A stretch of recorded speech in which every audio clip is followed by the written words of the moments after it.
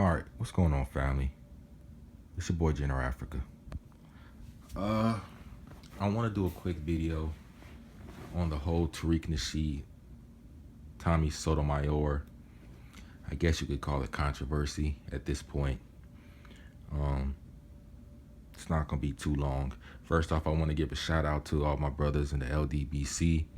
I've seen most of your videos on this topic, and put out some great points, great insights, and I just want to give my 2 cents on the whole topic. First off, just to clear something up, I can't speak on Tariq Nasheed's intentions behind calling Tommy Sotomayor, aka Thomas Jerome Harris. He made up that last name to make people think he was a Hispanic from Panama, but I digress.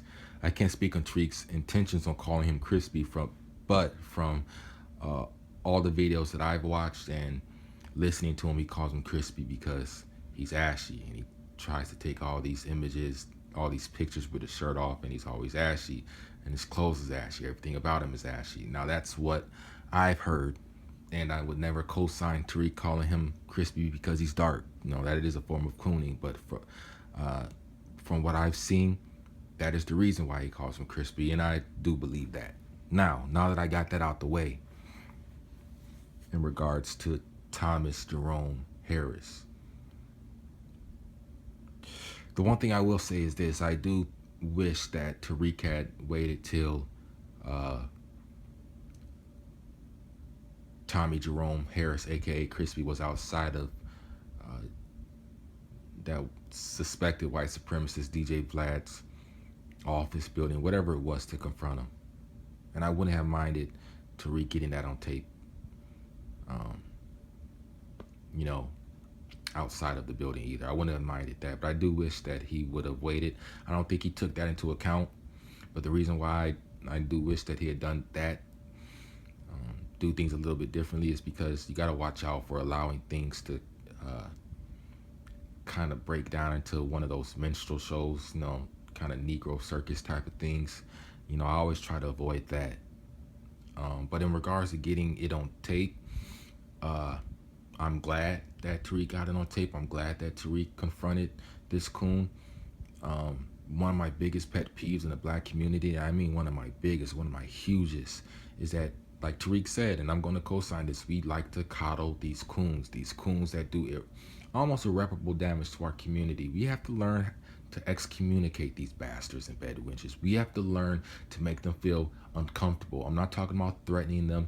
I'm not talking about harming them. I'm talking about rolling up on them and saying, listen, what you're doing is wrong, and I'm right here if you want to do what you say you're going to do to me. If you're doing death, see, a lot of these coons and bed wenches, they're so brave in their safe space, in their echo chamber, when they can say whatever they want. They're so brave.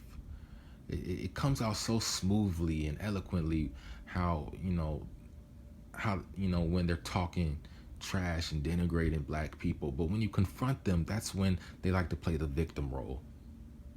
And I don't like it how our people get to this, embrace this talking point of, well, we got to build with these guys. No, there's no building with the coon. There's no building with the bed wenches. Do I think that Tariq could have done it differently? Yes. Am I glad that he did what he did? Am I glad that he confronted this coon? Yes.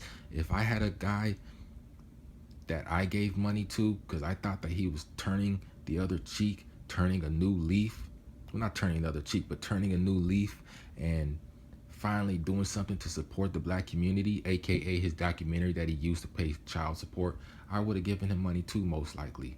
But that's the mistake that a lot of us make. A coon, look, a coon is always going to be a coon. A bed wench is always going to be a bed wench. And we got to stop talking about building with these scumbags. You don't build with a coon. You don't build with a bed wench. You excommunicate them. You make them feel uncomfortable, and you get them as far away as possible from what you're doing. Like I said, could Tariq have done it differently? Yes. But in regards to confronting this dude, after the death threats that I've seen, well, I've heard, and supposedly, allegedly, there's more. I'm not gonna. I'm not going to tell any man that's been getting death threats and had money swindled from him and that's dealing with a coon of this magnitude that creates a platform for white supremacy. I'll never tell him to not confront this a sample of that nature. Now, could he have done it differently? Yes. But am I glad that he confronted that bastard? Yes, I am. No, those are just my thoughts. I'm not saying that I'm correct or infallible in my conclusion, but those are just a couple of my thoughts. I may do a follow-up video. I may not. I'm out.